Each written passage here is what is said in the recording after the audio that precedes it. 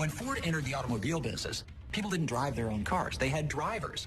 And so cars were seen as this luxury item. Ford's insight was that cars could be an everyday item. They could be very utilitarian.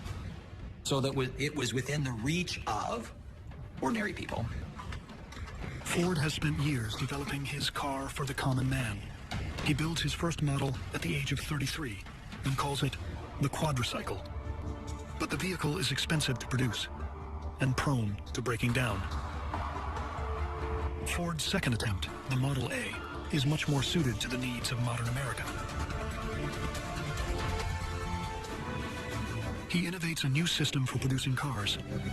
Rather than handcrafting each car one at a time, his are assembled by a line of workers, piece by piece.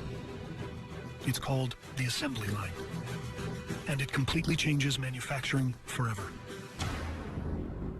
Ford didn't invent mass production, but he perfected mass production. He understood that a complicated product like an automobile could be simplified and could be made less expensive if the same thing was produced again and again and again.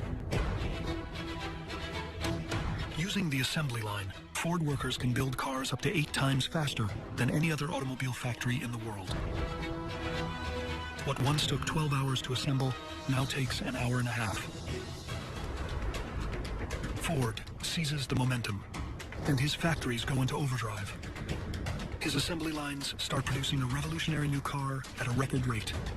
It's called the Model T, and it costs only $825.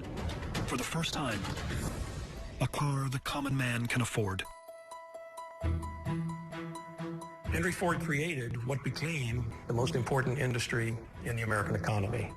He had no idea of the enormous impact it would have on almost every sector of American life. He literally changed America, the way we live, the way we do things, and the way we go about our business. Ford's reputation won't always be so positive, but his revolution inspires an entire generation of visionaries who will transform the fabric of American life. Childhood friends William Harley and Arthur Davidson attach an engine to a bicycle and begin selling motorcycles to the masses. Milton Hershey applies Henry Ford's assembly line model to the mass production of chocolate. Chicago merchant William Wrigley takes his chewing gum national.